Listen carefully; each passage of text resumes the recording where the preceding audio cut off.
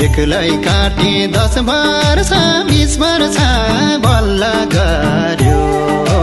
आँखाले स्पर्श हावा सरर लिगली